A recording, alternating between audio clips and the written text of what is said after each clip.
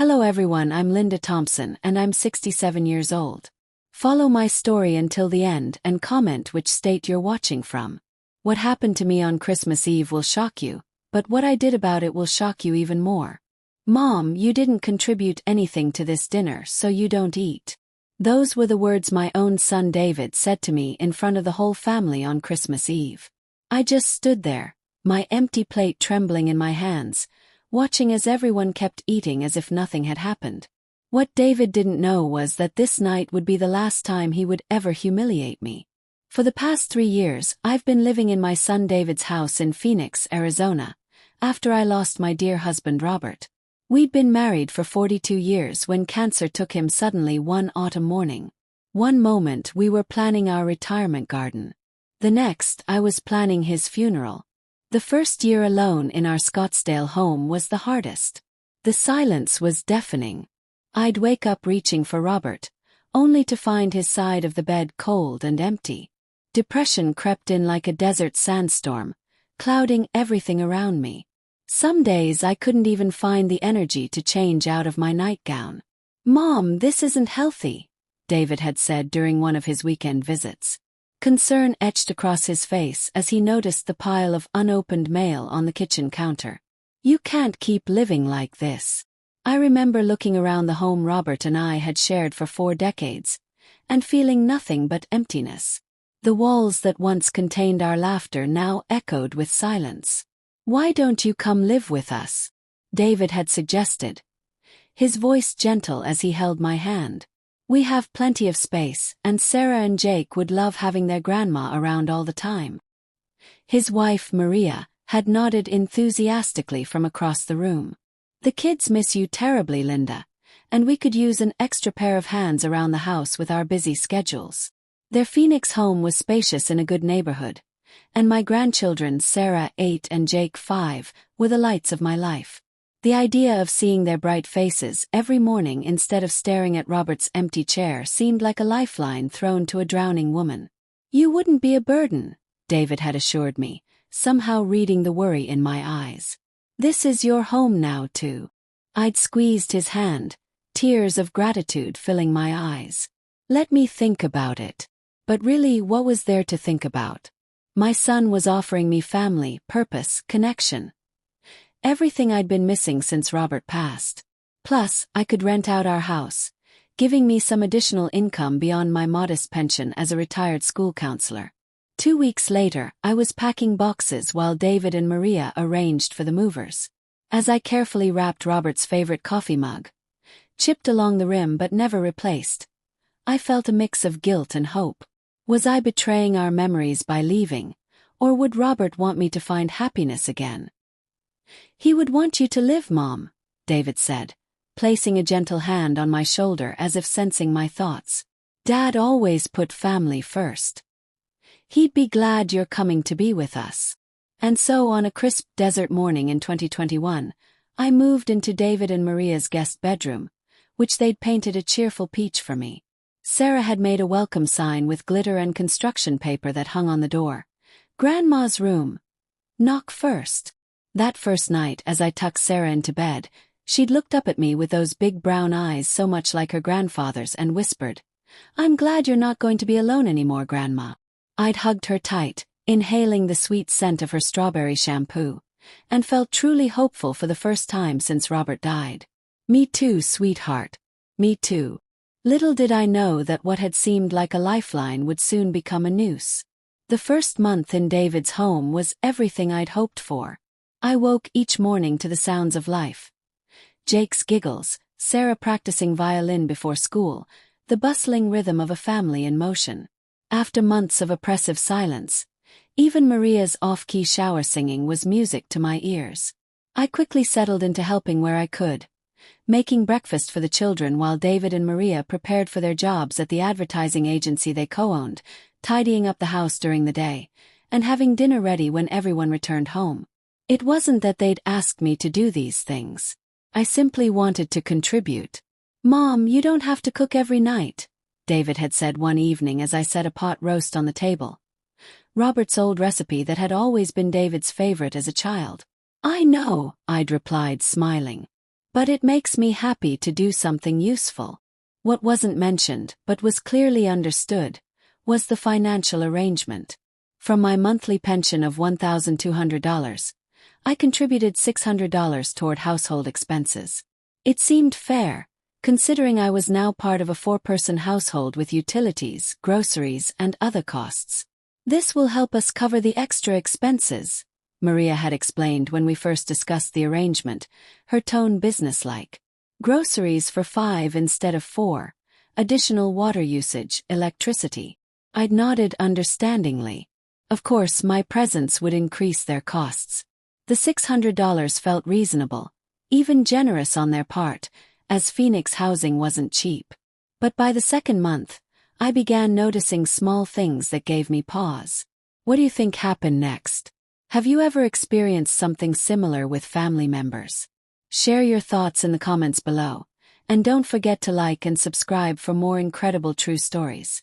Hit that notification bell so you never miss an update. One morning, while searching for a spare light bulb in Maria's home office, I discovered a pile of past due notices from utility companies and a letter regarding mortgage payment delinquency. I quickly closed the drawer, feeling like I'd stumbled upon a secret I wasn't meant to see. That evening, I overheard David and Maria in their bedroom, their hushed voices carrying through the thin walls of their Adobe-style home. "We can't keep juggling like this, Maria," David had said, frustration evident in his tone. "The credit cards are maxed out and the bank called again today." "I know," Maria had replied, her voice strained. "But Mom's contribution helps. At least we can pay the minimum payments now. If she knew how bad things are." "She can't know," Maria had interrupted firmly. "She'll worry herself sick. And she's just starting to look happy again. Besides, it's just temporary until the Johnson account comes through." My heart had sunk into my stomach. Their advertising agency was struggling. David had told me they were expanding, taking on new clients. But the way they were talking suggested this wasn't growth. This was survival, and they were drowning. The next day, Maria's friend Carmen came over for coffee while I was folding laundry in the living room. I wasn't trying to eavesdrop, but their conversation in the kitchen carried clearly in the desert air through the open windows. "How's it going with your mother-in-law living here?" Carmen had asked. Maria's sigh was audible even from where I sat. "It's an adjustment. She means well, but having someone else in our space all the time." "But the financial help must be nice," Carmen had replied, lowering her voice slightly but not enough, especially with the business situation. "God, yes. Her pension is literally keeping the lights on right now. We couldn't have made last month's mortgage payment without it." I'd sat frozen, a pair of Jake's dinosaur socks in my hands, my chest tightening. So I wasn't a welcome addition to their home. I was a financial necessity, a walking, talking pension check. That evening at dinner, I'd studied my son's face as he laughed at something Jake said, searching for signs of the resentment I'd heard in Maria's voice earlier. But he seemed perfectly normal, affectionate even, refilling my water glass without being asked. Was I imagining things? Overreacting to a private moment of frustration that any family might have?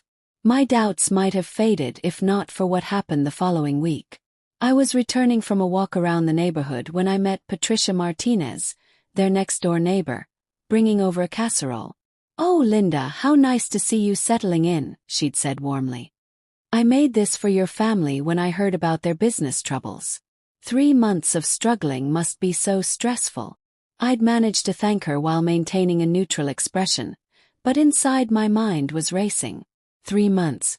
David and Maria had been struggling since before I'd moved in, which meant they had invited me to live with them knowing they needed my pension, not because they were concerned about my loneliness. That night, I lay awake staring at the ceiling, a familiar heaviness settling over me. The room that had felt like a fresh start now seemed like a cleverly disguised trap. Was I being used by my own son? The thought was too painful to bear. But in the morning light, as I helped Jake tie his shoelaces and watched Sarah carefully arrange her books in her backpack, I pushed my doubts aside. These were my grandchildren, my family.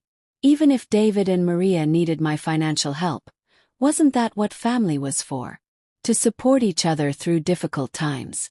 I decided to give them the benefit of the doubt. Maybe they'd been embarrassed to admit their financial troubles. Maybe they genuinely wanted me here, and the money was just an added benefit. I would wait and watch, I told myself. After all, I had nowhere else to go. By the 6th month of living with David and Maria, things had begun to change in subtle but unmistakable ways. The Johnson account had finally come through, and their advertising agency was back on solid footing. I'd expected this would improve the atmosphere in the house, perhaps even allow me to reduce my monthly contribution. Instead, the opposite happened.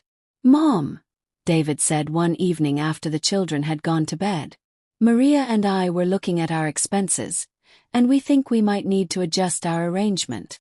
We were sitting at the kitchen table, the remnants of dinner still visible on the granite countertops.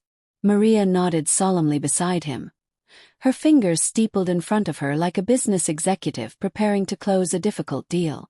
"Of course," I replied, my stomach already knotting. "What did you have in mind?" "Well," David continued, not quite meeting my eyes, "the cost of everything has gone up so much lately. Groceries, utilities, the children's activities. We were thinking $800 might be more appropriate," Maria interjected smoothly. "Considering market rates for a room in this neighborhood, it's still quite reasonable." I stared at them, trying to process what was happening.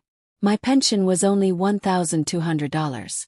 After giving them $800, I'd have just $400 for my medications, cell phone, personal items, and any small pleasures that made life worthwhile. "That's quite an increase," I said carefully, not wanting to create tension.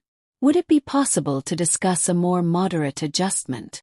David and Maria exchanged a look I couldn't quite interpret. "Mom," David said, his tone shifting to something colder, "we've done the calculations. This is what it costs to have another adult in the house. We're not running a charity." The word stung like a physical slap. Not a charity. As if I were some stranger asking for handouts. Not his mother, who had worked 2 jobs to put him through college, who had sacrificed vacations and new clothes and small luxuries so he could have baseball camp and the expensive computer he'd needed for his design classes. "I understand," I said finally, my voice steady despite the tremor I felt inside. "I'll make it work." And I did, though it meant cutting back on my blood pressure medication, taking half doses some days to stretch the prescription further. It meant no more small gifts for the grandchildren, no new clothes when mine became worn, no books from the used bookstore that had been my small indulgence. What hurt more than the money, though, was how David and Maria's attitude toward me transformed once their business stabilized. The respectful, grateful son and daughter-in-law disappeared, replaced by people who barely acknowledged my presence. David began referring to me in the third person even when I was in the room. "Is she joining us for dinner?" he would ask Maria, though I was standing right there. "Does she need a ride to her doctor's appointment, or can she take the bus?" I became she and her. A fixture in the house rather than a person, and certainly not the mother who had raised him, the grandmother of his children. Maria's behavior changed too, though more subtly. Small courtesies began to disappear. No one saved me a portion of dessert if I wasn't at the table when it was served. My laundry was left in the washing machine, damp and wrinkled if I didn't move it to the dryer immediately. The television volume was turned up to near-deafening levels when I tried to read in the adjacent room. One Saturday, I came downstairs to find the house empty and a hastily scribbled note on the counter. "Went to Sedona with the Garcias. Back tonight." They had taken the children on a family outing without even telling me, let alone inviting me along. I spent the day alone in the quiet house, looking through old photos of David as a little boy, trying to reconcile the loving son I'd raised with a man who now seemed to barely tolerate my existence. The only bright spots in those increasingly difficult months were my grandchildren. Sarah and Jake remained affectionate and eager for my company, though I noticed David and Maria beginning to restrict our time together. "Mom, don't pick up Jake from the bus stop anymore," Maria instructed. "We've arranged a playdate with his friend Tyler instead. Sarah needs to focus on her homework without distractions," David would say when I offered to help with math problems I was perfectly capable of solving. Little by little, I was being pushed to the margins of family life. The pattern continued through the holidays. At Thanksgiving dinner, I noticed my place setting was at the far end of the table, away from the children who had always insisted on sitting beside me. At Christmas, the presents I'd managed to buy with my meager remaining funds, small items purchased with careful planning and sacrifice, were opened last and with perfunctory thanks. "Another book, Grandma," Sarah had said, unable to hide her disappointment after seeing the expensive tablet her parents had given her. "Books don't need batteries, sweetheart," I'd replied, trying to keep my voice light. "And this one has a princess who reminds me of you. Brave and clever." She'd smiled then, a genuine smile that warmed my heart, and hugged the book to her chest. These small moments sustained me through what was becoming an increasingly hostile environment. I began to wonder if I had made a terrible mistake in coming here, in giving up my independence in the home where at least I had been surrounded by memories of love rather than the reality of indifference. But the true breaking point came on Christmas Eve of 2023, exactly 2 years after I had moved in. I had spent all day helping in the kitchen, peeling potatoes, setting the table, decorating it with the special holiday napkins I'd ironed with care. I'd even used some of my precious remaining funds to buy small gifts for everyone. A silk scarf for Maria that reminded me of one Robert had given me on our anniversary, toy cars for Jake, and a delicate bracelet for Sarah. The house smelled wonderful, filled with the aromas of roasting turkey and cinnamon from the apple pie cooling on the counter. Christmas music played softly, and for the first time in months, I felt like part of the family again. The holiday spirit seemed to have softened the sharp edges that had developed in our relationships. When dinner was ready, we all gathered around the dining room table. David carved the turkey, Maria brought out the side dishes, and the children vibrated with excitement about the presents they would open the next morning. I stood by my chair, plate in hand, waiting my turn to serve myself from the platters being passed around. When the mashed potatoes reached me, I extended my plate, only to have David place his hand over mine, stopping me. "Mom," he said in a voice loud enough for everyone to hear, "you didn't contribute anything to this dinner, so you don't eat." The silence that followed was absolute. Even the Christmas music playing in the background seemed to fade away as the impact of his words sank in. "But I helped prepare everything," I said, my voice barely above a whisper, shock making it difficult to form words. "I was in the kitchen all day." "Helping isn't paying, Mom," David replied coolly, not meeting my eyes. "Maria bought the turkey. I paid for the vegetables, the wine, everything. You didn't put a single dollar toward this celebration, so you have no right to enjoy it." I looked around the table, hoping anyone would speak up. But Maria simply continued eating, a small, satisfied smirk playing at the corners of her mouth. The children stared wide-eyed, confusion evident on their young faces. "Why isn't Grandma eating with us?" Jake asked innocently. "Because Grandma has to learn to be responsible," David answered, his tone deliberately patient, as if explaining something simple to a child. "When adults don't contribute, they don't get to participate." My hands trembled so badly I had to set down my empty plate to avoid dropping it. The humiliation burned through me like acid, eating away at what remained of my dignity. Little Jake slipped from his chair and came to me, offering his dinner roll with a solemn expression. "You can have my bread, Grandma. I'm not very hungry." Before I could respond, David snapped, "Jake, sit down. Grandma's fine. She's just learning an important lesson." The boy looked at me uncertainly before returning to his seat, casting worried glances in my direction. I stood frozen for another moment, watching as my family continued eating as if nothing extraordinary had happened, as if they hadn't just denied food to the woman who had given birth to their father, who had loved them unconditionally, who had contributed not just money but time and care and love to their household without complaint. I placed my empty plate on the table and walked upstairs to my room, each step requiring enormous effort as the weight of what had just happened pressed down on me. In the solitude of my peach-colored bedroom, the cheerful color now seeming like a mockery, I sat on the edge of the bed and stared at the small Christmas tree I had set up on the dresser, its twinkling lights blurring through my tears. Something inside me shifted in that moment. The shock and hurt were still there, but rising beneath them was something I hadn't felt in years. Anger. Pure, clarifying anger that burned away the fog of self-doubt and submission that had enveloped me since Robert's death. This was not how a mother should be treated. This was not what I deserved after a lifetime of giving. As the sounds of dinner conversation and clinking silverware drifted up from below, I made a decision. I would not continue to be a victim in a home where I was valued only for my pension check. David's cruel words had unknowingly set me free. In trying to teach me a lesson, he had indeed taught me one. But not the one he intended. I would discover the full truth about my son and daughter-in-law's intentions, and then I would reclaim my dignity, one careful step at a time. I slept little that night, my mind spinning with questions and painful realizations. By morning, a strange calm had settled over me. The hurt was still there, a physical ache beneath my ribs, but it was now contained within a shell of determination. I rose early before the rest of the house stirred, and made coffee in the quiet kitchen. The remnants of last night's dinner had been cleared away, plates washed, leftovers stored in containers in the refrigerator. No one had thought to save a plate for me. As I sipped my coffee, I considered my situation with a clarity that had eluded me for months. I needed answers.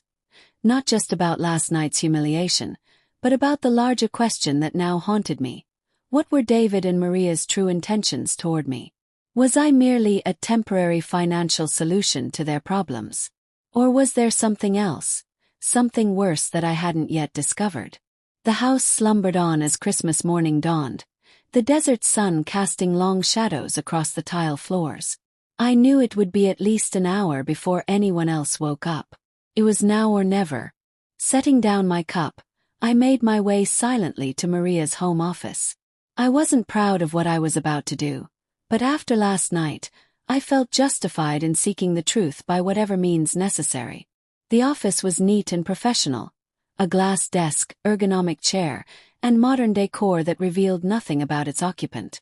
I hesitated only briefly before opening the top drawer of the filing cabinet, where I'd previously seen the overdue notices. What I found instead was a glossy brochure for something called Desert Springs Senior Living. The front featured smiling elderly people engaged in various activities, but something about their expressions seemed forced, their smiles not quite reaching their eyes. I flipped it open, a chill running through me as I read the description. Affordable senior housing in a communal setting. Multiple residents per room for maximum socialization. Convenient location just outside Phoenix city limits. The brochure had been marked with yellow highlighter on certain sections. $450 per month all-inclusive, and no long-term contract required. Month-to-month leasing available. My hands began to shake. Why would Maria have this? Neither David nor she had any living parents besides me. I continued searching, finding nothing else of note in that drawer. But in the bottom drawer, buried beneath tax documents, I discovered a manila folder labeled simply LT. My initials. Inside was a printout of what appeared to be a financial worksheet. At the top, Linda Thompson Relocation Plan. The document outlined a timeline and budget. Current contribution, $800 per month. Anticipated Desert Springs cost, $450 per month. Net gain after relocation, $350 per month plus pension direct deposit. Target move date, January 2024. January 2024. Next month. I stared at the paper, unable to fully process what I was seeing. They were planning to move me to a cheap senior facility and somehow continue collecting my entire pension. How was that even possible? The sound of a door opening upstairs jolted me back to the present. Quickly, I took photos of the documents with my phone, replaced everything exactly as I'd found it, and slipped out of the office. I had barely settled back at the kitchen table when David appeared, wrapped in his expensive silk robe. A Christmas gift from Maria last year. "Merry Christmas, Mom," he said, his tone neutral, as if last night's incident had never occurred. "Merry Christmas," I replied automatically, struggling to keep my expression composed while my mind screamed with newfound knowledge. He busied himself making coffee, his back to me. "About last night," he began, not turning around. "I may have been a bit harsh. The holidays are stressful, and I wasn't feeling well." Not an apology, I noted. A justification. "I understand," I said, the lie bitter on my tongue. "We all have our moments." He nodded, seemingly relieved by my easy capitulation, and changed the subject. "The children will be up soon, excited for presents. I hope they like what Santa brought." We made small talk as the house gradually came alive with Christmas morning excitement. Jake bounded down the stairs first, followed more sedately by Sarah, both still in pajamas. Maria appeared last, freshly showered and dressed as if for an ordinary workday rather than a family holiday. Throughout the gift opening, I maintained a pleasant facade, exclaiming appropriately over each present and thanking them warmly for the practical gifts they'd given me. Bath towels and slippers, things one might give a distant relative or casual acquaintance. But inside, I was hyper-aware of every exchange, every glance between David and Maria. When he whispered something in her ear that made her nod slightly in my direction, I wondered if they were discussing their relocation plan for me. Later that afternoon, while the children played with their new toys and David and Maria were occupied in the kitchen preparing Christmas dinner, to which, notably, I had not been invited to help, I slipped upstairs to my room and searched Desert Springs Senior Living on my phone. The results made my blood run cold. The facility's official website showed the same smiling seniors from the brochure, but online reviews told a different story. "Understaffed and neglectful," wrote one reviewer whose mother had stayed there. "4 people crammed into tiny rooms with no privacy," said another. "Had to move my father out after finding him in the same clothes for 3 days." I scrolled through review after scathing review, my horror growing. This wasn't just an affordable senior living option. It was, by all accounts, a neglectful, overcrowded facility where people warehoused elderly relatives they didn't want to care for properly. And this was where my son planned to send me in just a few weeks. But how could they continue collecting my pension? That question nagged at me as I continued my search. The answer came when I remembered something from shortly after I'd moved in. David had asked me to sign some paperwork for the bank. "Just routine stuff so I can help you manage your finances if needed," he'd explained. I'd signed without reading carefully, trusting my son implicitly. Had I unknowingly given him power of attorney or access to my accounts? I checked my online banking app, something I rarely did since David had offered to simplify my finances by handling bill payments for me. The most recent statements showed regular withdrawals labeled household contribution, but they were for $900, not the $800 I thought I was paying. They were already taking more than we'd agreed upon, and with access to my accounts, what was to stop them from continuing these withdrawals even after moving me to Desert Springs? As the realization of their plan became clear, I felt something break inside me. The last threads of trust I'd been desperately clinging to. My own son, my only child, had been systematically deceiving me, taking advantage of my grief and vulnerability to exploit me financially, and worse was yet to come if their plan succeeded.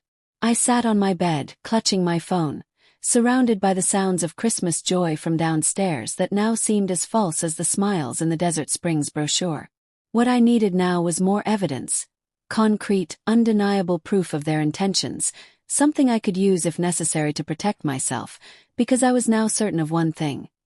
I needed protection from the very people who should have been protecting me.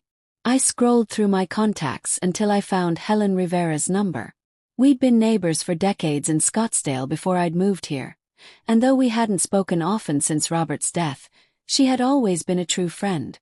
"Linda," she exclaimed when she answered. "Merry Christmas. How wonderful to hear from you." "Merry Christmas, Helen," I replied, keeping my voice low. "I hope I'm not interrupting your holiday." "Not at all. My daughter and her family just left, and I was sitting here wondering what to do with all these leftovers. How are you? How's life with the grandchildren?"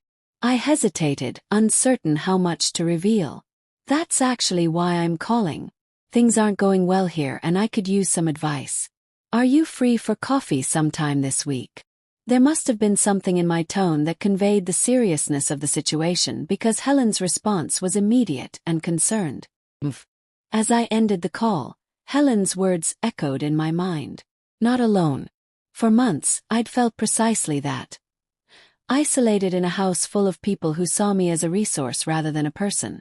But Helen was right. I wasn't alone. I had options, even if I couldn't fully see them yet. I heard Sarah's footsteps in the hallway and quickly composed myself, wiping away tears I hadn't realized I'd shed. She peeked around my door, her face alight with excitement. "Grandma, we're having hot chocolate with candy canes. Come downstairs." I managed a genuine smile for her. "That sounds lovely, sweetheart. I'll be right there." As I followed her downstairs, I made a silent promise to myself. I would not be sent away like an unwanted package. I would not allow my pension to be siphoned while I languished in a substandard facility. I would reclaim my dignity and my future starting tomorrow. The day after Christmas dawned clear and surprisingly warm for December in Phoenix, the kind of perfect winter day that reminded me why I'd loved Arizona all these years.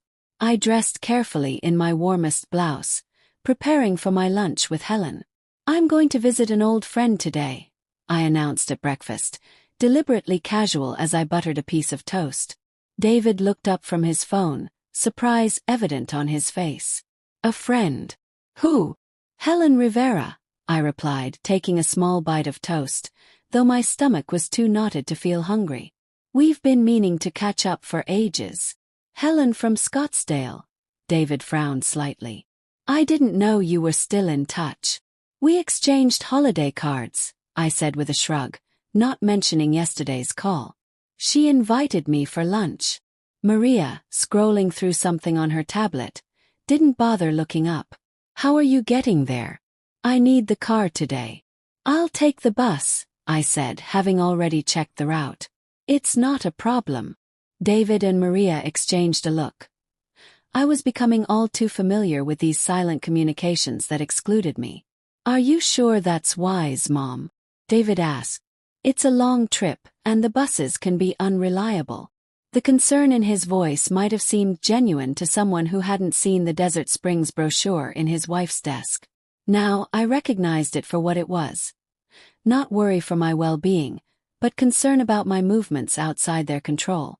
"I'll be fine," I assured him, forcing a smile. "I lived in Phoenix my whole adult life, remember? I know how to handle public transportation." David seemed about to protest further, but Jake chose that moment to spill his orange juice, creating a distraction that allowed me to finish my breakfast in peace.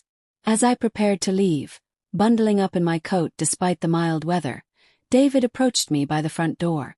"What time will you be home?" he asked, his tone carefully neutral. "I'm not sure," I replied, adjusting my purse strap. "Afternoon, most likely. Don't hold dinner for me." "Mom," he said, lowering his voice although we were alone in the entryway. "About Desert Springs." My heart nearly stopped. Had he somehow discovered I knew about their plans? "What about it?" I managed to ask, fighting to keep my voice steady. "Nothing," he said quickly. "We can talk later. Have a nice visit with Helen." The bus ride to Scottsdale was slow and crowded, but I barely noticed the discomfort. My mind was too busy processing David's near-slip about Desert Springs. It confirmed what I'd feared. They were indeed planning to move forward with sending me there, and soon. Helen's house was exactly as I remembered it. Warm, cluttered with books and mementos from her travels with her late husband, and smelling of cinnamon and coffee. She enveloped me in a tight hug at the door before ushering me inside. "Linda, it's been too long," she said, helping me out of my coat. "You're thin. Are they not feeding you over there?" The question, meant as a light-hearted observation, hit too close to home after Christmas Eve. To my horror, I felt tears spring to my eyes. Helen's expression immediately changed from welcoming to concerned. "Oh, my dear, come sit down and tell me everything." Over homemade soup and fresh bread. The first home-cooked meal I'd been offered in days. I poured out the whole story. The initial welcome, the gradual shift in attitude, the increasing financial demands, and finally the humiliation of Christmas Eve and my discovery of the Desert Springs plans. Helen listened without interrupting, her kind face growing increasingly troubled as my tale unfolded. Those ungrateful, conniving. She cut herself off, visibly restraining her anger. Linda, this isn't just wrong. It's potentially illegal. If they're planning to access your pension without your consent. I'm afraid I may have already given them that consent, I admitted, explaining about the bank documents I'd signed so trustingly. I need to find out exactly what I agreed to. We'll figure it out, Helen assured me, reaching across the table to squeeze my hand. But first you need to decide what you want to do. Do you want to confront them? Move out? Legal action? Question gave me pause. What did I want? Certainly not to continue in a home where I was unwelcome and exploited. But where would I go? What resources did I have? I don't know yet, I admitted. But I know I need more evidence of their plans. Something concrete. Then that's where we'll start, Helen said decisively. When you go back today, keep your eyes and ears open. Look for anything related to Desert Springs or your finances. And Linda, her expression turned solemn. Be careful. People who are capable of treating family this way might not react well if they realize you're onto them. I nodded, understanding her concern. I've gotten good at pretending everything is fine. You shouldn't have to pretend in your own home, Helen said softly, a sadness in her eyes that matched my own. This isn't what Robert would have wanted for you. The mention of my late husband brought fresh tears to my eyes. He would be so disappointed in David. We raised him to be better than this. People change, Helen sighed. Money problems, pressure from spouses. It doesn't excuse it, but it might explain it. Before I left, Helen insisted I take her spare key. Just in case, she said, pressing it into my palm. Day or night, you're welcome here. Promise me you'll use it if you need to. The key felt heavy in my pocket as I rode the bus back to David's house, a tangible reminder that I had options, that I wasn't as trapped as I had felt. I arrived home in the late afternoon to find the house quiet. A note on the counter informed me that David and Maria had taken the children to see a movie. Leftovers in the fridge if you're hungry, it concluded, as if the events of Christmas Eve had never happened. The empty house presented an opportunity one couldn't waste. Quickly, I made my way to the master bedroom, searching for any additional evidence of their plans. I found nothing in the obvious places. Dresser drawers, bedside tables, closet shelves. Just as I was about to give up, I noticed a stack of mail on Maria's vanity. Beneath the department store catalog was an envelope from a law firm I didn't recognize. I hesitated only briefly before carefully opening it.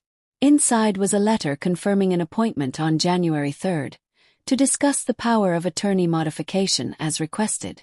Attached was a draft document that made my blood run cold. A revised power of attorney giving David complete control over all my financial affairs, including decisions regarding residence and care facilities. This was worse than I'd imagined. They weren't just planning to send me to Desert Springs. They were preparing legal documents that would strip me of any say in the matter. I photographed the letter and documents with my phone, then carefully resealed the envelope and returned it exactly as I'd found it. As I did so, I noticed a leather-bound book partially concealed beneath Maria's jewelry box. A journal, its burgundy cover embossed with her initials. I knew I shouldn't. Reading someone's private thoughts crossed a line, even under these circumstances.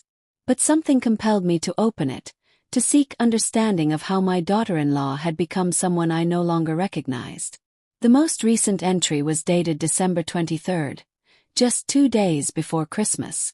Linda is becoming more difficult, constantly asking about our finances as if it's any of her business how we spend our money. David says we need to accelerate the Desert Springs plan before she gets suspicious. His colleague Tony visited the place last week and says it's basic but clean, and most importantly affordable. The hardest part will be convincing her it's temporary.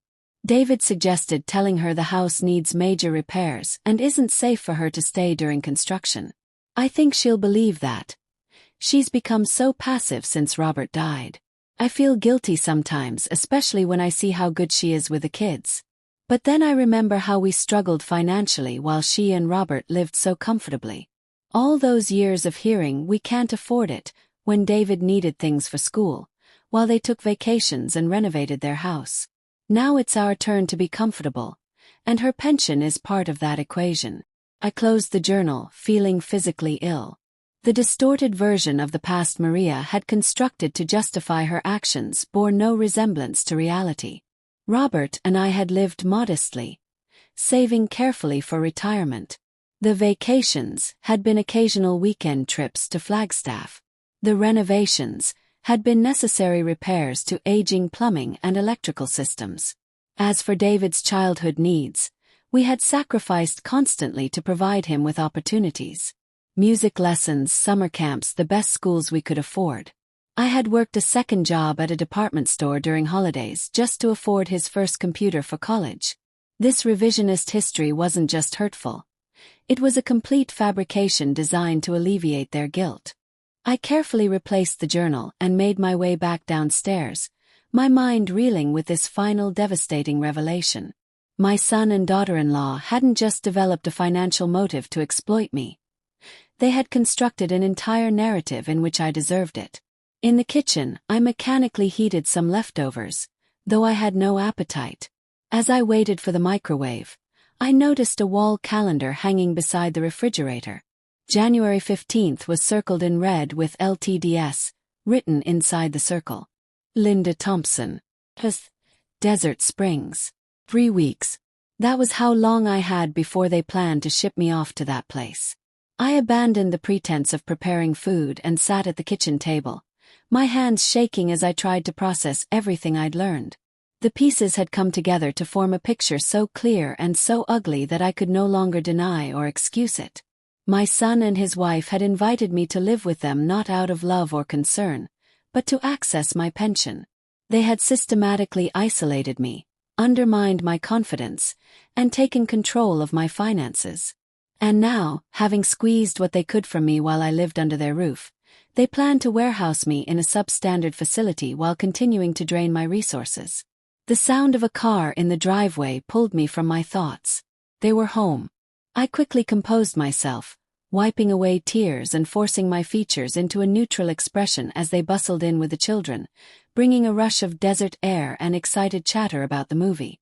I smiled and nodded in all the right places. "Did you have a nice visit with your friend?" Maria asked as she helped Jake with his shoes. "Lovely," I replied, impressed by how normal my voice sounded. "It was good to catch up." "That's nice, Mom," David said absently, already moving on to the next task. I watched him interact with his children, my grandchildren, with genuine affection and care. How could the same person who so lovingly helped Sarah with her backpack also coldly plan to abandon his mother in a place like Desert Springs? It was a contradiction I couldn't reconcile, but it no longer mattered. The evidence was clear. The threat imminent. I needed to act.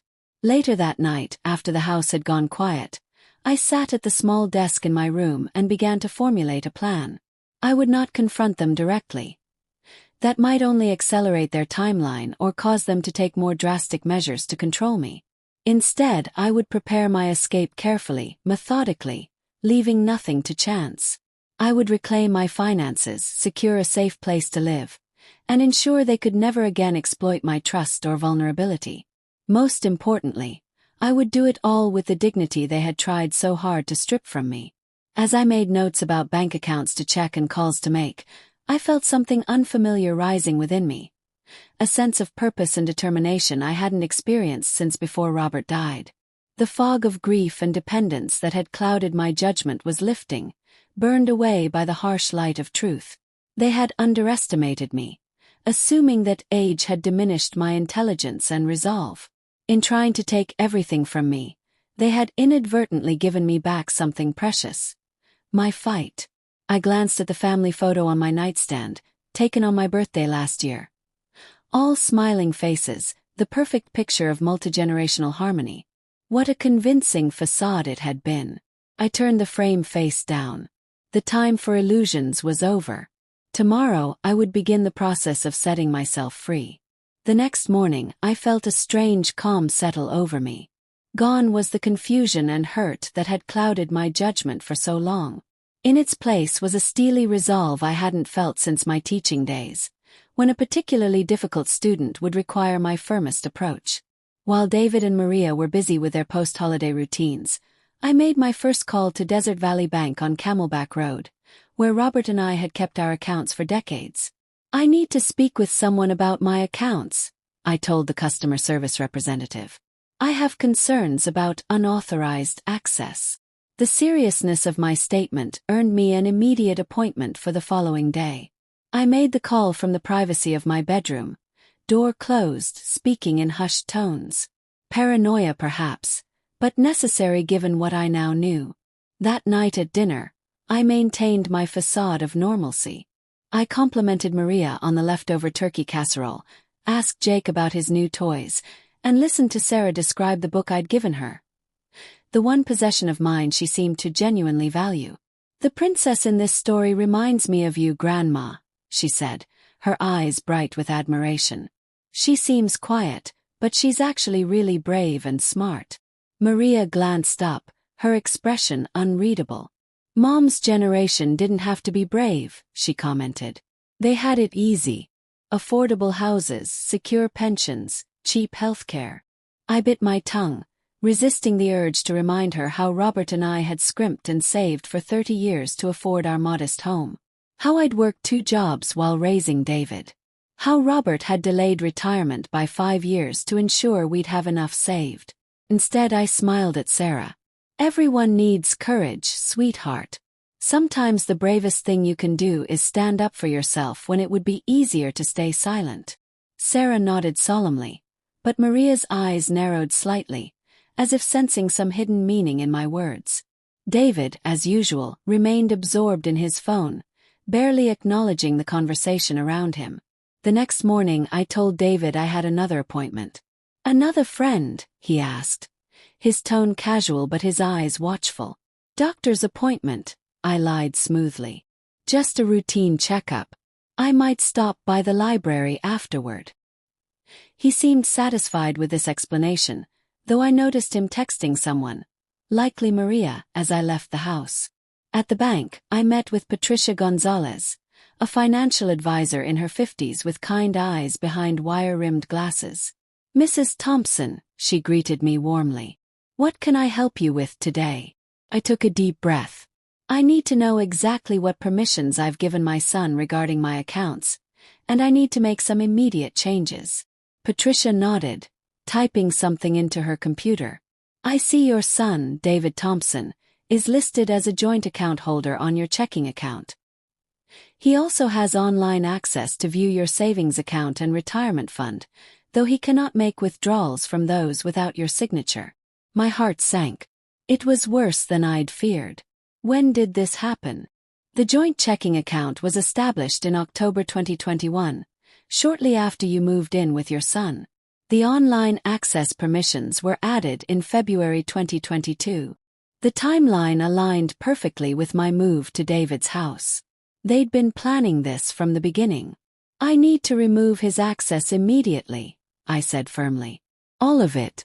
And I need to open a new account in my name only where my pension will be deposited going forward." Patricia looked concerned. "Mrs. Thompson, is everything all right? These are significant changes." I hesitated, unsure how much to reveal. "My son and I have different ideas about how my finances should be managed," I said finally.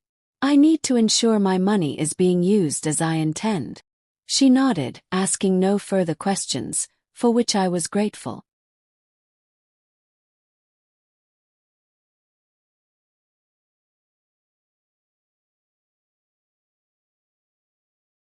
Over the next hour, we methodically undid the financial web David and Maria had spun around me.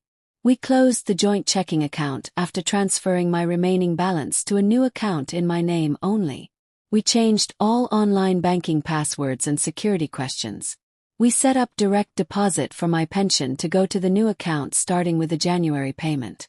We put a security alert on my credit report to prevent any new accounts being opened in my name. We verified that my life insurance policy still listed David as beneficiary, as I intended, but confirmed no loans had been taken against it. "Is there anything else we can help you with?" Patricia asked as we completed the paperwork. "Yes," I said, thinking of the power of attorney document I'd discovered. "I need to understand what legal documents I've signed regarding my finances or care decisions." Patricia checked her records again. "We have a basic power of attorney on file, giving your son authority to conduct banking transactions on your behalf in case of incapacitation. It was signed in November 2021, but nothing more extensive. Nothing about healthcare decisions or living arrangements." "No, ma'am, not through our institution." Relief washed over me.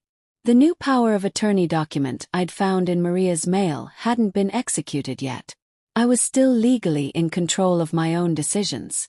"I'd like to revoke that power of attorney," I said decisively. As I left the bank with a folder containing my new account information and copies of all the changes I'd made, I felt a weight lifting from my shoulders. Step 1 complete. My finances were secure, or would be once my next pension payment arrived in the new account. Now for step 2, finding a place to live. I took a bus to Scottsdale, to the neighborhood where I'd spent most of my adult life. Walking those familiar streets brought both pain and comfort, memories of Robert at every corner, but also a sense of belonging I'd lost in David's house. Our old home was occupied by tenants now, the rental income going into an account David had helped me set up. Another financial stream I'd need to reclaim, but that could wait. For now, I needed somewhere immediate and affordable. I found myself outside Helen's house without consciously planning to go there. She opened the door in gardening clothes, dirt smudging her cheek. "Linda, what a surprise. Come in, come in." Over tea at her kitchen table, I told her about my bank visit. Her approval was evident in her smile. "Good for you," she said firmly. "Now, what's next in your escape plan?" "I need somewhere to live," I admitted. "Somewhere I can afford on my pension after I leave David's house." Helen's expression turned thoughtful. "You know, Linda, I've been rattling around in this place alone since Frank passed. The stairs are getting harder on my knees, and I've been thinking about converting the ground floor into a separate apartment for rental income." She paused, studying my face. "But maybe instead of a stranger, I could have a friend living here. Someone I trust, someone who might help with the occasional grocery run or keeping an eye on the place when I visit my sister in Tucson." "Helen," I said carefully, not wanting to misunderstand, "are you offering me a place to stay?" "I'm proposing a mutually beneficial arrangement," she corrected with a smile. "You need affordable housing. I need company and occasional assistance. The ground floor has that small bedroom and half bath. We could share the kitchen. I'd ask for modest rent, well below market rate." It seemed too perfect, too convenient a solution to appear just when I needed it most. "I can't impose on you like that," I protested weakly. "Nonsense," Helen replied briskly.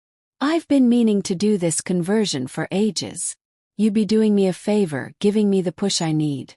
And it would be temporary until you decide what you want long-term." By the time I left Helen's house that afternoon, we had a tentative agreement.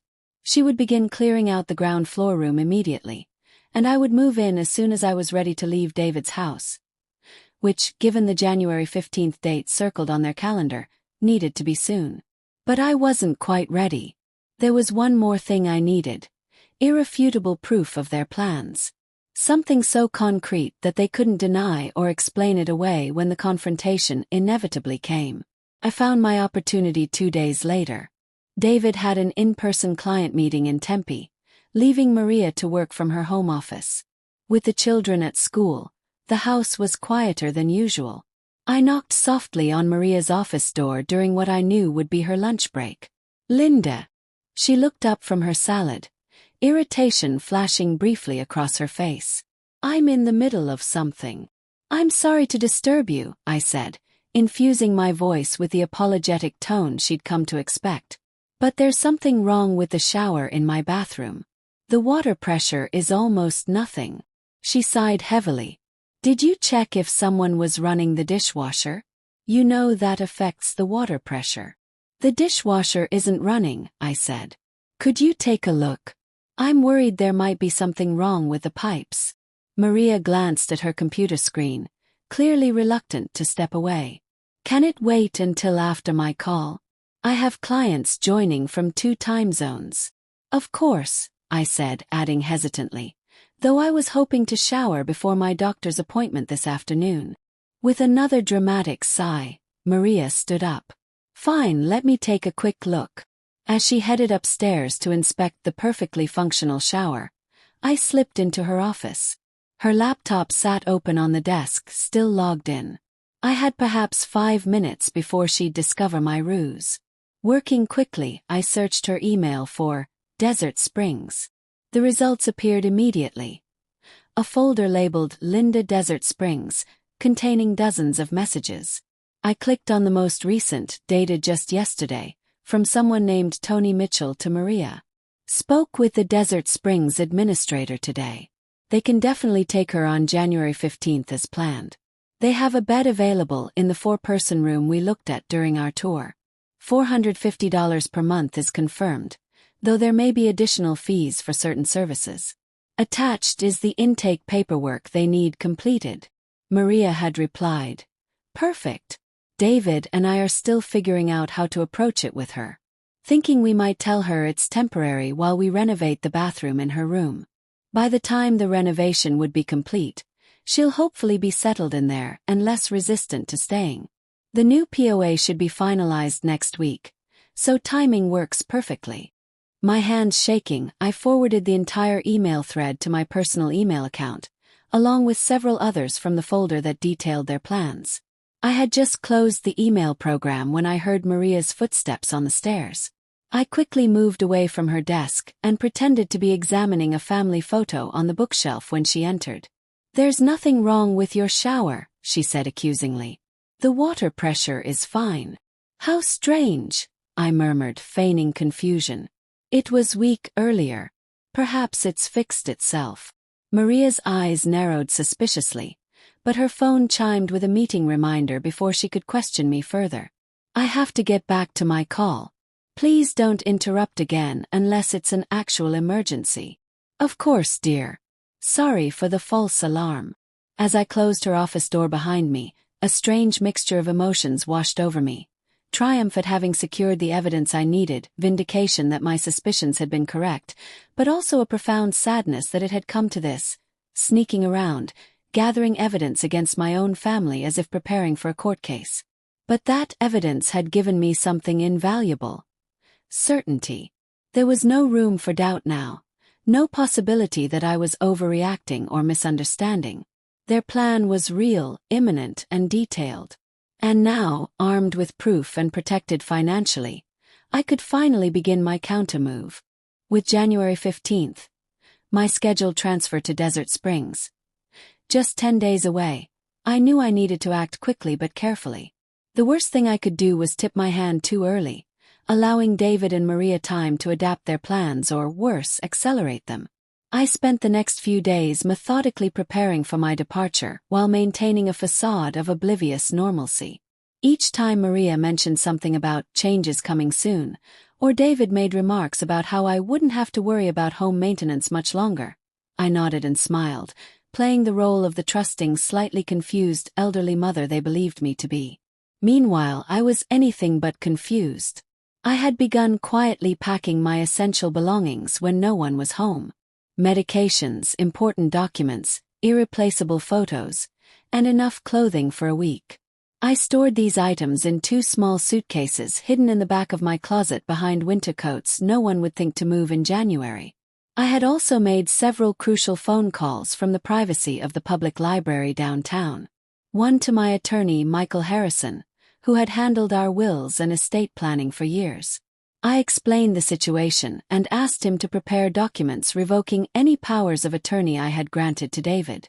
2 to Dr. Patricia Wells, my physician, requesting a letter stating I was of sound mind and capable of making my own medical and financial decisions. Such documentation might prove valuable if David tried to challenge my competency. 3. To the tenant currently renting my Scottsdale home, explaining that there would be changes in where to send the rent check starting in February. 4. To the Social Security Administration, confirming the change of deposit information for my monthly benefits. Each call was a strand in the safety net I was weaving for myself, a protection against the freefall David and Maria had planned for me. The most difficult preparation, however, was emotional rather than practical. I had to accept that my relationship with my son was fundamentally broken, perhaps beyond repair. The David who had once brought me flowers from the yard and cried on my shoulder after his first heartbreak was gone, replaced by someone I barely recognized. You need to decide how much contact you want with him after you leave, Helen advised during one of our planning sessions at her house. And with the grandchildren, of course. The grandchildren. My heart ached at the thought of Sarah and Jake. They were innocent in all this, yet I would be disappearing from their daily lives. Would David and Maria poison them against me once I was gone? Tell them Grandma had abandoned them. I want to maintain a relationship with Sarah and Jake, I said firmly. But I can't predict how David will react when he realizes what I've done. Helen nodded thoughtfully. You might need to prepare a letter for them, something they can read when they're older, explaining why you left and that it had nothing to do with them. It was good advice. That night, I began drafting 2 letters. One for each grandchild, to be given to them when they were old enough to understand. I wrote of my love for them, my reasons for leaving, and my hope that we would remain connected despite the circumstances. I sealed these in envelopes labeled with their names and tucked them into my suitcase alongside a small gift for each. My mother's pearl earrings for Sarah and Robert's compass for Jake. As the days passed, I noticed David watching me more closely, as if sensing something had changed. You seem different lately, Mom, he said one evening as I helped Sarah with her homework at the kitchen table. Different how? Yes. I don't know. More alert. Energetic. I offered a non-committal smile. Perhaps it's the new vitamin supplement Dr. Wells recommended. David's eyes narrowed slightly. When did you see Dr. Wells? I don't remember driving you to an appointment. Helen took me, I lied smoothly. Last week when you and Maria were both working. I didn't want to bother you. You should tell me about these appointments, he said, a hint of irritation in his voice. I'm responsible for your care. The statement, delivered so casually yet with such presumption, might have once made me shrink back, apologetic and acquiescent. Now it only strengthened my resolve. You're right, I replied mildly. I'll be sure to keep you informed in the future. He seemed satisfied with my apparent submission, but as he turned to leave he added, By the way, Maria and I want to talk to you this weekend about some changes we're considering for the house. Nothing major, just some renovations that might impact you temporarily. And there it was. The beginning of their temporary relocation narrative, right on schedule. That sounds interesting, I said, working to keep my voice neutral. I look forward to hearing about it.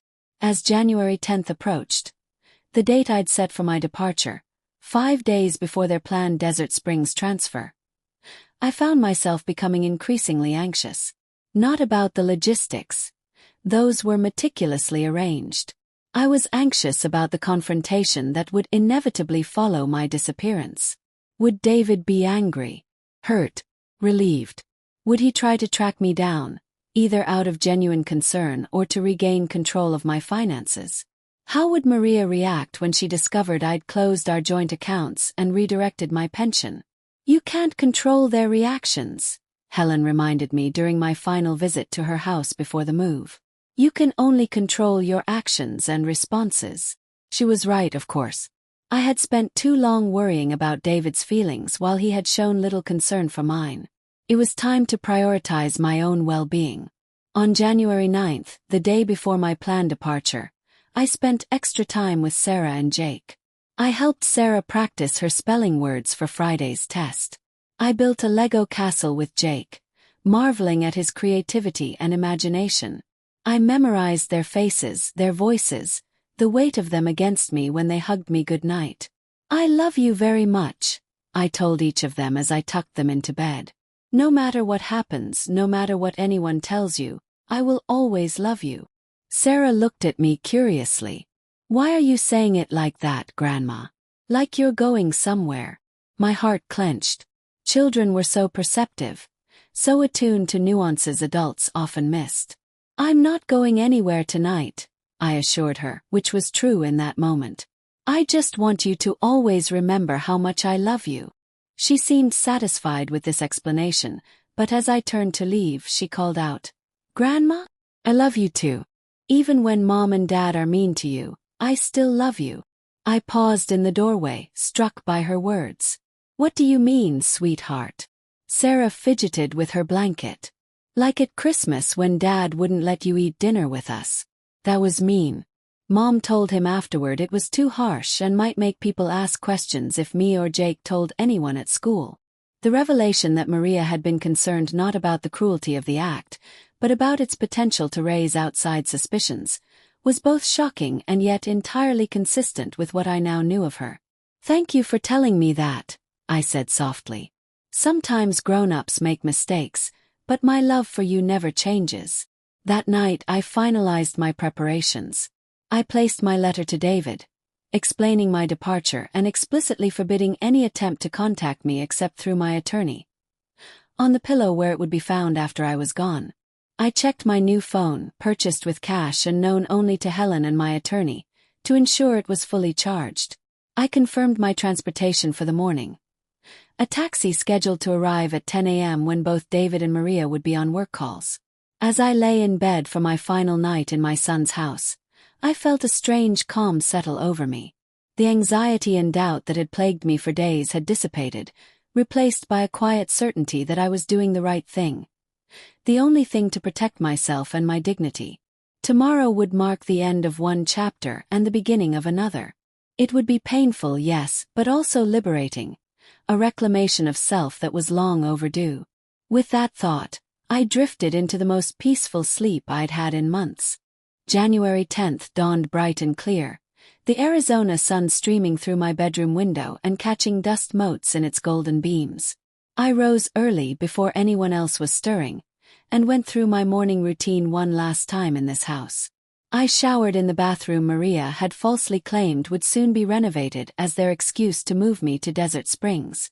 I dressed in layers, a practical choice for January in Phoenix, but also to minimize the bulk of clothing I needed to pack. I made my bed with hospital corners the way my mother had taught me, smoothing the comforter with gentle hands. Downstairs, I prepared breakfast for the family as I did every morning. Oatmeal for David, eggs and toast for Maria, colorful cereal for the children. I set the table with care, placing a small folded note under each child's plate. Not goodbye letters, just simple "I love you" messages they would find after I was gone. By 7:30, the house was coming alive. Sarah appeared first, still in pajamas, her hair a tangled mess. I hugged her a moment longer than usual, inhaling the sweet scent of her strawberry shampoo. "Grandma, you're squishing me," she giggled, pulling away. "Sorry, sweetheart. I just love you very much." Jake thundered down the stairs next, full of 5-year-old energy despite the early hour. "Grandma, I had a dream about dinosaurs. They were flying and they had laser eyes." "That sounds amazing," I said, helping him into his chair. "Tell me all about these laser dinosaurs." David and Maria arrived last, already dressed for their workday, already immersed in their phones. They mumbled perfunctory good mornings, accepted the coffee I poured them, and proceeded to ignore me as they discussed their schedules. "Remember we have that call with Desert Springs at 2, Maria said to David, not bothering to lower her voice despite my presence at the stove. "I've got it on my calendar," David replied. "And the POA appointment tomorrow at 10. They spoke about me, about my future, right in front of me, so confident in my obliviousness, so certain of their control that they didn't even bother to hide their plans anymore. I said nothing, continuing to scramble eggs as if I hadn't heard. Let them think me deaf as well as stupid, I thought. Their underestimation of me was my greatest advantage. The morning routine proceeded as normal. The rush to get children dressed and backpacks packed, the hurried goodbyes as David took them to school, Maria's retreat to her home office for her 9 a.m. conference call. By 9:30, the house had settled into its usual weekday quiet. I waited until I heard Maria's door close and the murmur of her voice on her call before making my move. Quietly, I retrieved my packed suitcases from their hiding place and brought them downstairs, placing them by the front door. I put on my coat and light jacket, tucking my new phone and Helen's keys safely in my pocket. For a moment, I stood in the entryway, looking around at the house that had been my home for 3 years. Despite everything, there were good memories here. Jake's first successful bike ride in the driveway, Sarah learning to play violin, bedtime stories and birthday cakes, and small moments of connection with my grandchildren. But the bad had come to outweigh the good. And staying would mean surrendering not just my finances, but my autonomy, my dignity, my very self. At precisely 10 a.m., my phone vibrated with a text from the taxi driver. "Outside when you're ready." I took one last look around, then picked up my suitcases and walked out the front door, closing it softly behind me. The taxi driver, a middle-aged man with kind eyes, helped me place my luggage in the trunk. "Where to today?" he asked cheerfully. "Scottsdale, please," I replied, giving Helen's address. "I'm going home." As we pulled away from the curb, I resisted the urge to look back at the house. Instead, I focused on the road ahead, on the city passing by outside the window, on the future I was choosing for myself rather than the one that had been chosen for me. The ride to Helen's took just over 30 minutes. She was waiting at the door when we arrived, rushing out to help with my bags despite my protests. "Welcome home," she said, hugging me tightly once we were inside. "How do you feel?" "Free," I replied honestly. "And terrified and sad all at once." Helen nodded understandingly. "All normal reactions. Come on, let's get you settled." The ground floor room she had prepared for me was small but bright, with a freshly made bed, a comfortable armchair by the window, and a small desk. She had added touches that brought tears to my eyes. A vase of fresh flowers, a framed photo of Robert and me on our anniversary, a quilt she knew I'd admired from her collection. "Helen, this is too much," I began, but she waved away my protests. "Nonsense. You do the same for me. Now unpack and rest. I've made soup for lunch whenever you're ready." I spent the afternoon settling into my new space, arranging my belongings, and adjusting to the strange mix of freedom and disorientation that came with such a dramatic change. Helen gave me space while remaining available, sensing my need for both solitude and support. Around 3 p.m. my new phone rang. "Michael Harrison, my attorney." "Mrs. Thompson," he greeted me. "I filed the paperwork revoking the power of attorney as you requested. I also have Dr. Wells' letter confirming your cognitive capacity on file. Is there anything else you need at this point?" "Not yet," I replied. "But I expect David will react strongly when he discovers I've left. He may try to claim I'm incompetent or that I've been manipulated into leaving." "Let him try," Michael said confidently. "We have everything in place to counter such claims. And remember, you're a competent adult. You have every right to live where you choose and manage your finances as you see fit." His reassurance bolstered my resolve. I thanked him and ended the call, feeling more secure in my decision. At 4:30 p.m., my old phone, which I had brought with me deliberately, began ringing. David's name flashed on the screen. Had begun. I let it ring through to voicemail, then listened to his message. "Mom, where are you? I came home early and you're not here. Call me back immediately." His tone was more irritated than concerned, as if I had inconvenienced him by not being where he expected me to be. 5 minutes later, another call. Another voicemail. "Mom, this isn't funny. If you've gone somewhere, you need to tell me. I'm responsible for you. Call me back now." The calls continued, increasing in frequency and urgency. By 6 p.m., David's voice had shifted from annoyed to panicked. "Mom, please. We're worried sick. If you can hear this, please call us. We don't know where you are or if you're okay." The neighbors haven't seen you. Please call. I felt a twinge of guilt at his apparent distress, but reminded myself of the emails I'd seen, of their detailed plans to ship me off to Desert Springs in 5 days' time.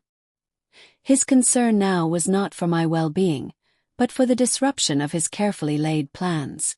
At 7 p.m. a new voicemail, this one from Maria. Linda, this has gone on long enough. Whatever game you're playing, it needs to stop. David is upset. The kids are asking questions. If you don't call back within the hour, we're calling the police to report you missing. Her thinly veiled threat didn't frighten me. In fact, it confirmed I had made the right decision. I was not a wayward child or a criminal to be threatened back into compliance. Shortly after 8 p.m., my attorney called again. Mrs. Thompson, I've received a call from your son. He's frantic, claiming you've disappeared and may be cognitively impaired or in danger. Did you tell him where I am? I asked, suddenly anxious. No, he assured me. I explained that you are a client of mine, that you are safe, of sound mind, and have chosen to leave his home of your own free will. I informed him that you do not wish to disclose your location at this time, and that all communication should go through my office. How did he react? Not well, he admitted. He threatened legal action, claimed you were being manipulated, insisted you weren't capable of making these decisions. I reminded him that we have medical documentation proving otherwise, and that forcing you to return would constitute elder abuse. Elder abuse. The term sent a chill through me. Was that what I had experienced? The financial exploitation, the isolation, the humiliation. They all fit the definition I'd read about in pamphlets at the senior center. Thank you, Michael, I said sincerely. I appreciate your handling this. It's my job, he replied simply. But Mrs. Thompson, Linda, you should prepare yourself. This likely isn't over. Your son struck me as determined. His prediction proved accurate. Around 10 p.m., as Helen and I were having tea in her kitchen, the doorbell rang. Helen peeked through the curtains and turned to me, her expression grim. It's David and Maria. My heart began racing. How did they find me? Your son was always resourceful, Helen said, a hint of admiration in her voice despite the circumstances. What do you want to do? You don't have to see them. I considered my options. I could hide in my room, let Helen send them away. I could call the police if they refused to leave. I could continue avoiding the confrontation that was inevitably coming. But avoidance had never been my way. Not really. I had avoided conflict with David for too long, and look where it had led us. I'll speak to them, I decided, rising from my chair. But on my terms. Here where I feel safe with you present. Helen squeezed my hand. I'm right here with you. Taking a deep breath, I nodded for her to open the door. David burst in the moment the door opened. His face flushed, eyes wild with a mixture of anger and what might have been genuine concern. Mom, he cried, rushing toward me. What are you doing? Why did you leave like that? Do you have any idea how worried we've been? Maria followed more slowly, her expression calculating as she took in Helen's home and my composed posture at the kitchen table. Hello, David, I said calmly, not rising to meet him. As you can see, I'm perfectly fine. Fine. Fine. His voice rose hysterically. You disappeared without a word. We thought you'd been kidnapped or had wandered off confused. We've been calling hospitals, police. I left you a letter, I interrupted. On my pillow. Did you not find it? He faltered momentarily. That rambling note, Mom.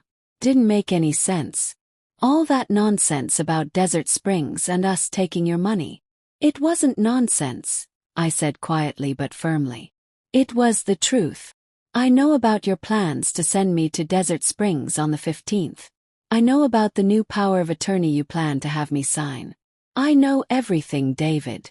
The color drained from his face. Behind him, Maria stepped forward, her demeanor shifting to something more aggressive. What have you been telling her? She demanded of Helen, who stood calmly by my side. I've told her nothing she didn't already discover for herself, Helen replied evenly. I reached into my pocket and withdrew my phone, pulling up the emails I had forwarded from Maria's account. Your conversations with Tony about Desert Springs. Your discussion of how to trick me into going there by claiming it was temporary during renovations. Your plans to access my pension after I was gone. Maria's shocked expression confirmed what I already knew. She had never expected me to find this evidence, never imagined I was capable of such initiative. Those were private emails, she stammered. You had no right. And you had no right to plan my life without my knowledge or consent, I countered. No right to take my money to humiliate me, to treat me as if I were already incapacitated. David's face had darkened with anger. This is ridiculous. You're clearly confused and being manipulated by your friend here. We're taking you home. He took a step toward me, but Helen moved between us. I suggest you stop right there, Mr. Thompson. Linda has made her decision, and she's well within her rights to do so. She's an elderly woman who needs care. David protested, tears now streaming down his face. Mom, please, you're not thinking clearly. Come home with us and we can talk about all this. I am thinking more clearly than I have in years, I replied. And I'm not coming back, David. Not to be shuttled off to Desert Springs, not to have my pension drained, not to be treated like a burden rather than a mother. Is this about Christmas Eve? He asked incredulously. I told you I was sorry about that. It was just stress talking. You can't throw away our family over one bad night.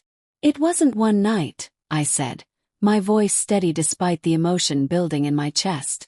It was 3 years of small cruelties, of isolation, of treating me as a source of income rather than a person deserving of respect. I stood up then, facing my son fully. I've revoked your access to my accounts. I've redirected my pension to a new bank. I've revoked the power of attorney and established legal protections to prevent you from claiming I'm incompetent. I've reclaimed control of the rental income from our old house. With each statement, I watched David's expression shift from disbelief to understanding to a kind of panicked calculation. Mom, he said, his voice dropping to a pleading whisper. We need that money. The mortgage, the kids' activities, Maria's car payment. Then perhaps you should have treated the source of that money with more dignity, I replied simply. Maria's patience had clearly run out. This is absurd. You're coming home with us right now, even if I have to drag you. She took a step forward, but Helen had already reached for her phone. One more step, Mrs. Thompson, and I'm calling the police. A serious charge. Maria froze, visibly weighing her options. David put a restraining hand on her arm. Maria, don't. Not like this. He turned back to me, his expression hardening. Fine, Mom. Stay here if that's what you want. But don't expect to see Sarah and Jake again. You've chosen your pride over your grandchildren. The threat struck deeper than he could know, but I had anticipated it. That's your choice, David. But remember, they'll grow up. They'll ask questions about why Grandma disappeared. What will you tell them? That you shipped me off to a facility because my presence was inconvenient. That you needed my pension more than you needed me. For the first time, uncertainty flickered across his face. You don't understand, he said weakly. We were trying to do what was best for everyone. No, I corrected gently. You were doing what was easiest and most profitable for yourselves. And now I'm doing what's best for me. Maria tugged at David's arm. Come on, this is going nowhere. She's made her choice. He glared at me with undisguised hostility. Don't come crawling back when you realize you can't manage on your own. I believe Linda has managed quite well so far, Helen interjected. Now I think it's time for you both to leave. After they had gone, slamming the door with a force that rattled the windows, I sank back into my chair, suddenly exhausted. The confrontation had drained me, leaving me hollow yet somehow lighter.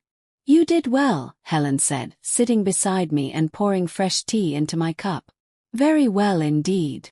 Did I? I wondered aloud, watching the steam rise from my cup. I've just lost my son. Possibly my grandchildren. You lost your son long before tonight, Helen said gently. The moment he began seeing you as a resource rather than a mother. As for the grandchildren, give it time. Truth has a way of surfacing, especially with children involved. I nodded, too emotionally spent to argue. The future stretched before me. Uncertain, yes, but also open with possibilities I hadn't allowed myself to consider in years. I had taken the first step toward reclaiming my life, my dignity, my sense of self. The path ahead wouldn't be easy, but for the first time since Robert died, I was walking it on my own terms. Kidnapping is. 6 months later, I received an unexpected visitor. Sarah stood on Helen's doorstep, now 9 years old and somehow more mature than her years suggested. "Grandma," she said tentatively. "Mom said I could visit if I wanted to." Behind her, David waited by his car, his expression unreadable. We made eye contact briefly, long enough for me to see the exhaustion there, the defeat. Their financial situation had apparently deteriorated without my pension supporting them. "Would you like to come in, sweetheart?" asked Sarah, opening the door wider. As she stepped inside, chattering about school and friends and how much she'd missed me, I felt something I hadn't experienced in years. Hope. Perhaps Helen had been right. Perhaps truth did have a way of surfacing. And perhaps, with time and patience, I could rebuild what mattered most. Not the relationship I'd lost with my son, but the one I'd found again with myself. That night, in my small but peaceful room, I reflected on the journey that had brought me here. From the humiliation of Christmas Eve to the dignity of setting my own terms. From exploitation to autonomy. From betrayal to the cautious possibility of renewal. I had lost much. The comfortable illusion of family harmony, the easy trust I'd once placed in my son, the daily presence of my grandchildren.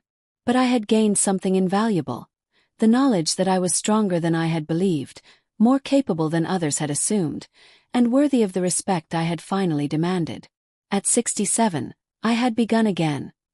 Not the carefree beginning of youth, but the hard-won, clear-eyed beginning of wisdom. A beginning built on the understanding that love without respect is not love at all, that family ties can bind too tightly if not balanced with healthy boundaries, and that it is never too late to stand up for yourself. As I drifted off to sleep, I whispered a promise to myself, to Robert's memory, to the uncertain future stretching before me. I will not surrender my dignity again. Not for convenience, not for peace, not even for love. Because without dignity, none of those things can truly exist. What an incredible journey Linda went on. From being treated terribly to reclaiming her life and dignity. And that ending with Sarah visiting. There's hope for rebuilding what really matters. What did you think of Linda's story? Have you ever had to make a difficult choice to protect your own well-being? Share your thoughts in the comments below. And if this story inspired you, please give it a like and subscribe for more amazing true stories of courage and resilience. Hit that notification bell so you never miss our latest uploads. You never know whose story might change your perspective on life. Thanks for watching, and remember, it's never too late to stand up for yourself. #My son denied me food on Christmas Eve, saying I didn't contribute. So I took my revenge.